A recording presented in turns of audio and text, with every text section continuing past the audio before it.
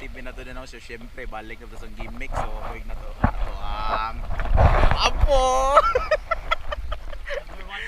Og si John Spence Lamusa. So karon na afternoon dive ra gyud tani or quick dive ra gyud sa afternoon okay.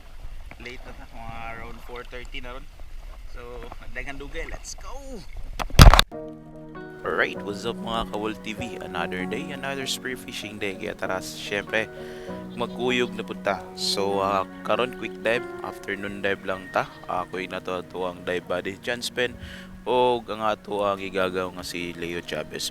But, before ta mo continue sa atong videos for quick afternoon dive nato for today, balikan sa nato ang atong mga clip like previous days. Nag quick solo dive po ko to. So kani gamit na to nga to ang Dawn pistol nga SG or spear gun, which is 110 cm total, one band with 3.5 mm shaft. Dire nagdusting ta kay nag-check ta kung if nabe man duol nga mga pelagic. So karon miingaw na jud kay atong spot no. Wala jud koy nakita nga mga dagkong isda ba. So paglantaw na ko ning ubos, natin nakitaan nga GT or giant toko, giant tiki or giant tambot. So daghan siyang pangalan no. So pamilitin na lang po nato ni adisira to pagbalik sa taas kay kalasangin, wa tay madala. So goods na po ni, lami na po ni siya pritohon, di ba? Alright, so just enjoy watching the clip and let's go.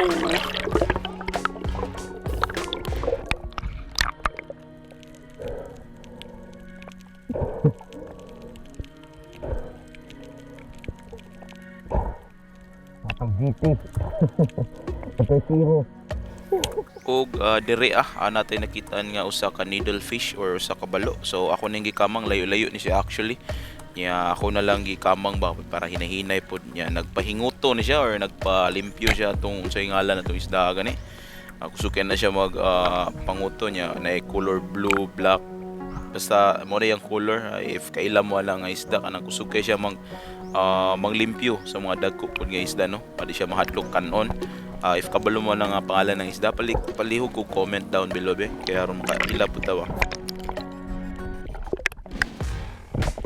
Og dire sugdan na nato ang ato quick afternoon dive. So gamit na to ang spear gun karon is ang atong 160 cm dual band, 14 mm ang ato ang rubber ani. 7.5 ato ang shaft or atong uhas. O kung bago pa lang ka nakakita sa akong mga videos, paki-follow, like, subscribe, and hit the notification bell for bago nga mga videos nato on YouTube. O you can follow me as well in my Facebook account, Renla Brian Walker Intong, kay mag-post po kong mga videos about spearfishing dito. Salamat! O additional information na lang po, ang atong setup sa atong spear gun di ay kay breakaway ang iyang setup.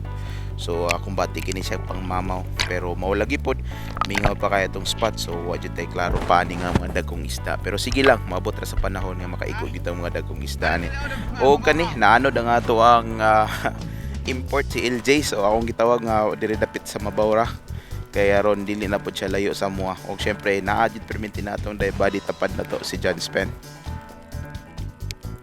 Og magpasalamat lang po ta sa ato mga solid supporters diano. Kay kung wala mo, wala po na ato mga videos. So shout out po ko kay Inaw Kokoy Quago from Talamban, kay John Albert Inayo from Dubai, kay John Mark Waba from Aloginsan, kay Dong de Los Santos from Plaridel, Misamis Occidental, o kay Aljerica Baron, taga Bacolod, Lanao del Norte.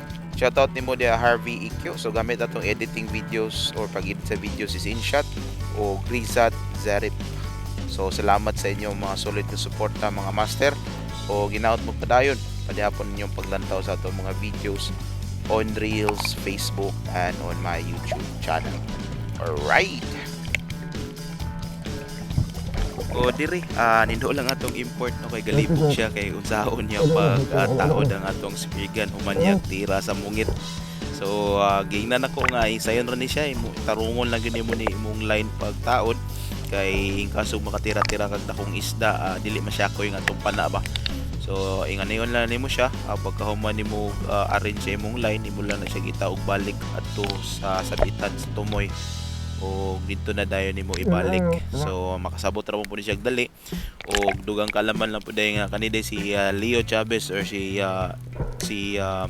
import na to isa ni siya ka snorkeling guide, well trained accredited nga snorkeling parehas silang John Spen. So if ganahan mo nga mag snorkeling or na ganahan mo visit Molbual for snorkeling ari mo nila kay aron na makat-on or tudloan mo tarong dili mo magpataka gikamikam sa ato mga marine life dire sa ato ang Molbual.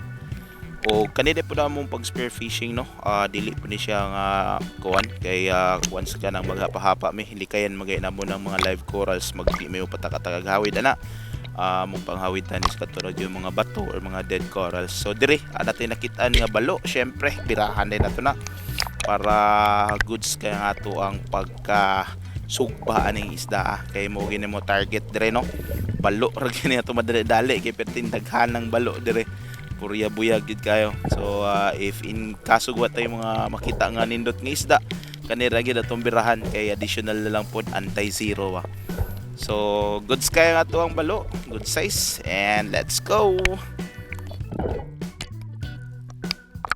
So mato tong first catch balo, syempre pag humanawag tawad balik na naputi nakita ang bagong balo ug atong gibirahan.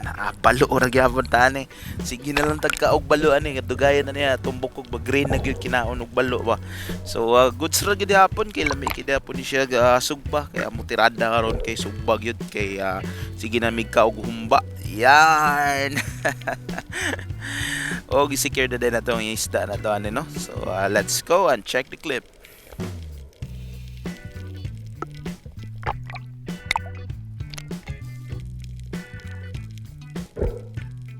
Og dire nagsugod nagpangliho ang ato ang mga sardines which is labo na gyud kayo no. Dire na gyud na sila mga gidapita kay padung na sila panguli ug asa na sila magtambay. Og dire natin nakitaan nga usa ka shark mackerel, good size na ni pang additional sa atong sugba-sugba. So atong pagtira igo dayon siya no. So pagkaigo niya nakoto-koto din siya no. Goods na kayo. Kompleto na nga ato ang pagsugba ani og sa diha daypod nakatira ang akong dive body nga si John Spin pod usa ka dako pod nga balo bati na among tinula. So isa ka balo imagine mora among usa ka buok gitula so dako to jud nga balo no. So good size kayo. So syempre before na to i-secure ni nga isda ni ngansuhan ato sa gyud na siyang emergency killing para less suffering ang ato isda og i-bleeding. Og kuan po din ako daan ni siya kana nga lamang loob siyang lawas kay aron dili siya mabaho ba. Kay lang sa kayo good. Og dire kitong atong gidirahan sayang kayo nakabuhi. Malasa pero goods ra na natay mga saktong kuha. Goods na nga to ang sinugba og syempre gilimpyuhan na mo daan ni sa dagat kay aron wala nay hasol o nga to ang BIR ato na ningil na so tagaan na kanako da chill lang kadi aron asirama no. So preparado na din tanan kahoy na to ato ang lamas para sa ato ang tinula o gapainit na punta og tubig sa kay syempre mao na mo ginapreparada sa ato ang mga tinula o sugba-sugba po na ito ang birada po karon natak ang atong sinugba awa na impas na po na itong bahaw ani kay murag ubay-ubay or daghan-daghan na yung may bahaw na bilin na itong paniud to. Og dire syempre natawon ko na to ibalik ko na to ni bit check ko na to ang iyang undod no. Ug salamat din sa inyo mga suporta diha mga kamaster no. Hinaut nga nalingaw mo sa atong videos karon. So maoro gud gyapon na tong birada diri sa probinsya Katchan Cook nya kaon-kaon ginagmay nya activities dagat nagko. So ingana lang ta diri ato rotation. So if kinahan mo or manalingaw mo sa mga videos, please like and share and follow na lang po sa ato Facebook account o ato YouTube. Alright.